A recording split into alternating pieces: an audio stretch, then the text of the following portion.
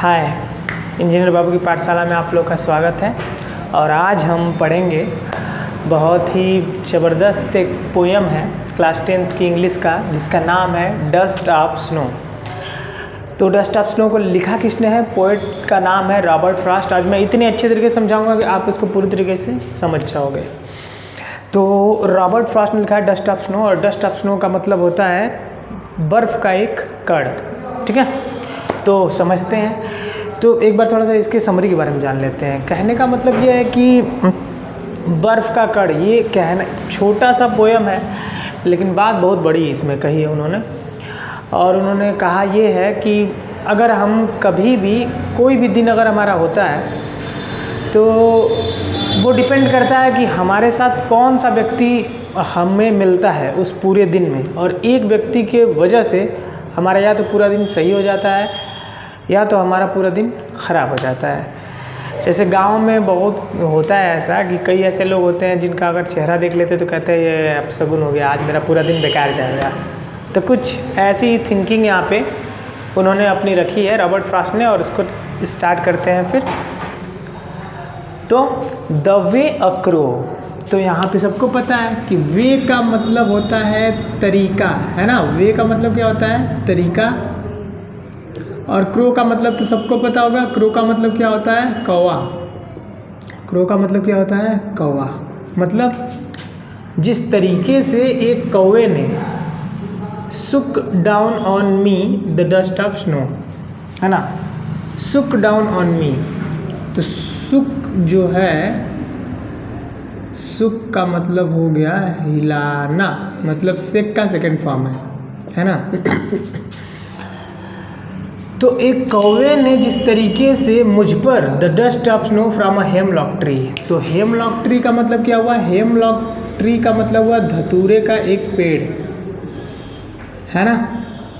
धतूरे का पेड़, चलिए, धतूरे का पेड़। तो एक कौवे ने जिस तरीके से मुझ पर क्या किया? Dust of snow from hemlock tree, मतलब कि धतूरे के पेड़ से एक क्या किया? एक बर्फ़ का कण मुझ पर क्या किया?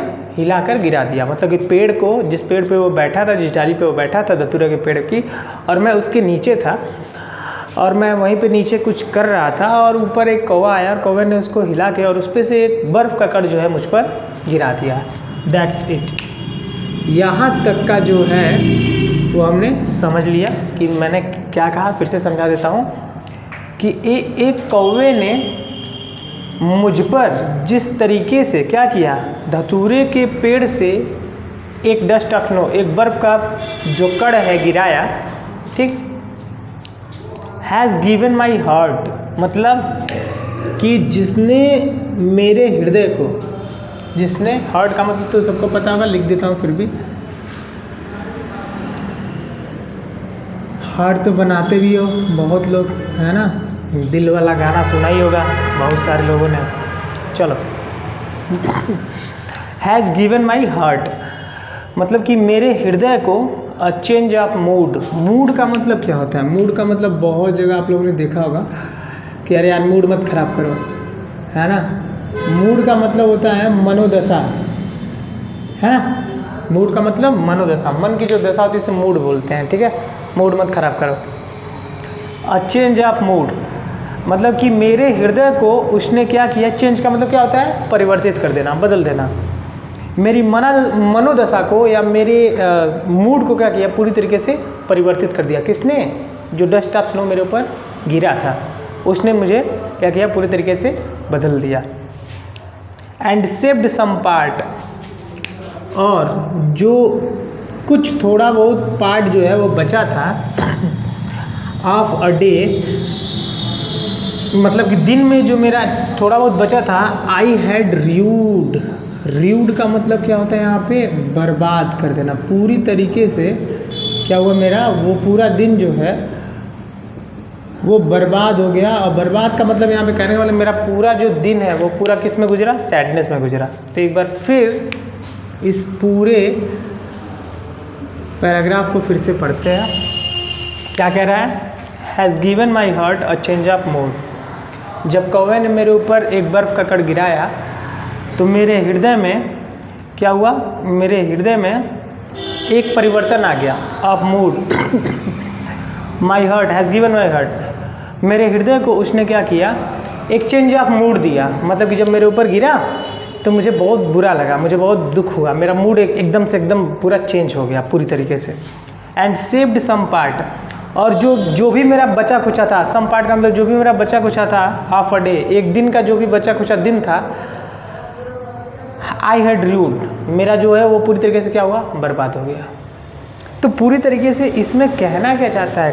कभी ये कहना चाहता है कि किसी भी दिन का पूरा जो मूड होता है वो डिपेंड करता है किसी एक इंसिडेंट पे। किस पे? किसी एक इंसिडेंट पे।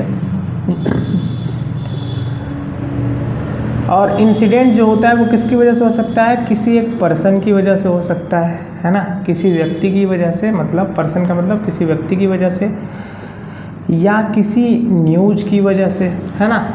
मान लो सुबह सुबह मैंने मतलब कि हम लोग जगे और हमें किसी ने, मम्मी ने बोला देखो आज हम तुम्हारे लिए साइकिल खरीदने जा रहे हैं, ठीक है, या आज हम तुम्हें मोबाइल दिलवाएंगे। तो उस दिन का पूरा दिन क्या होगा? मेरा एक्साइटेड में गुजरेगा। तो देखो रॉबर्ट फ्रॉस्ट ने कितने खूबसूरती से इतने ही कम लाइन में इतनी बड़ी बात बता दी कि किसी भी दिन या जो भी दिन हमारा होता है वो डिपेंड करता है किसी एक इंसिडेंट पर। जैसे यहाँ पे हुआ, फिर से एक बार इसको समझ लेते हैं थोड़ा तेज़ी से। द वे अ क्रो सुक डाउन ऑन मी, मतलब कि एक कौवे ने on me the dust of snow, जिस तरीके से मेरे ऊपर फ्रॉम अ हेमलॉक ट्री, देखो एक कौवे ने एक धतूरे के पेड़ से, है ना, जिस तरीके से एक बर्फ़ का कण मेरे ऊपर गिराया, हिलाकर गिराया, has given my heart a change of mood. जब गिरा तो मेरे हृदय में एक मनोदशा का क्या हुआ? परिवर्तन हो गया। मेरे पूरी तरीके से मनोदशा क्या हो गई? चेंज हो गई। पूरी तरीके से मैं दुखी हो गया, बहुत ज़्यादा फ्रस्ट्रेट हो गया कि ये क्या हो गया। And saved some part of a day I had route, और जो भी मेरा बचा कुचा दिन का जो बचा कुचा दिन था या सम पार्ट जो बचा था वो पूरी तरीके से क्या हुआ? बर्बाद हो गया। तो इसके बाद हम मिलेंगे अगले सेंट्रल आइडिया के वीडियो में, तब तक के लिए जय हिंद।